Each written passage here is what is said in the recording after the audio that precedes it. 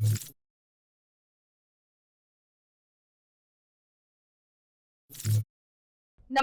હું છું પ્રિયા અને તમે જોઈ રહ્યા છો જનતા કી જાણકારી ન્યૂઝ। નજર કરીએ આજના સમાચાર। મોટી કુંકાવાવ ખાતે તાલુકા કોંગ્રેસ પ્રમુખ તરીકે સત્યમભાઈ મકાણીની વરણી કરાઈ। તારીખ 21 શનિવારના રોજ સવારે 9:30 કલાકે કુંકાવાવ નાગરિક શરાફી મંડળી ખાતે કોંગ્રેસ પક્ષ દ્વારા કોંગ્રેસના નવા યુવા પ્રમુખ સત્યમભાઈ મકાણીના પદગ્રહણ કાર્યક્રમનું આયોજન કરવામાં આવેલ હતું, જેમાં કોંગ્રેસ પક્ષના પૂર્વ ધારાસભ્ય પરેશભાઈ ધાણાણી તેમજ અમરેલી જિલ્લાના કોંગ્રેસ પ્રમુખ પ્રતાપભાઈ દુધાત દ્વારા સૌને આગામી ચૂંટણીને લઈ ચૂંટણીલક્ષી કામગીરી બાબતે વિવિધ માહિતી આપેલ હતી। કર્તવ્યનિષ્ઠ કાર્યકરોને જાગૃત બની જાગૃતતાની પણ હાકલ કરી વિસ્તૃત ચર્ચાઓ પણ કરવામાં આવેલ હતી। આ પ્રસંગે કોંગ્રેસ પક્ષના લોકસેવક એવા સ્વ રવજીભાઈ લીંબાભાઈ પાગડાળ તેમજ પૂર્વ પ્રમુખ સ્વ કાનજીભાઈ વસાણીને યાદ કરી 2 મિનિટ મૌન બાદ શ્રદ્ધાંજલિ પણ અર્પણ કરવામાં આવેલ હતી। કુંકાવાવ વડિયા તાલુકાના કોંગ્રેસ કાર્યકર્તાઓના ઉત્સાહ તેમજ નિષ્ઠાપૂર્વકના કામો તેમજ પૂર્વ તાલુકા પંચાયત પ્રમુખ એવા રવજીભાઈ પાનસુરિયાની કામગીરીને પૂર્વ ધારાસભ્ય પરેશભાઈ ધાણાણીએ હૃદયથી આવકારેલ હતી।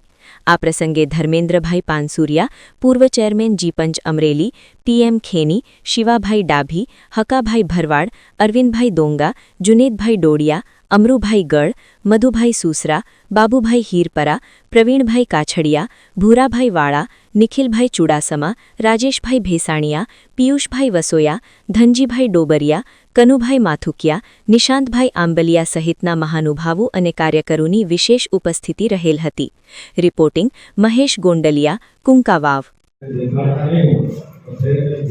પ્રદેશ કોંગ્રેસની આદેશ મુજબ સ્થાનિક સ્વરાજના ઇલેક્શનમાં તાલુકા સંગઠનને મજબૂતી સાથે તાલુકા પંચાયતનો ઉમેદવાર, જિલ્લા પંચાયતનો ઉમેદવાર અને આવનાર દિવસોની અંદર લોકોને સમસ્યામાંથી કેમ બહાર લાવી શકાય એની વિચાર વિમર્શ સંવાદ કાર્યક્રમ કુંકાવાવ ખાતે આવ્યો છે। આખા જિલ્લાના પ્રવાસમાં ગઈકાલે કુંડલા શહેર તાલુકો, આજે કુંકાવાવ, બપોર પછી બગસરા શહેર તાલુકો અને એ પ્રમાણે રાજુલા, જાફરાબાદ, લીલિયા, અમરેલી અને બાબરા અને લાઠીમાં અમારો કાર્યક્રમ પૂર્ણ થવાનો છે।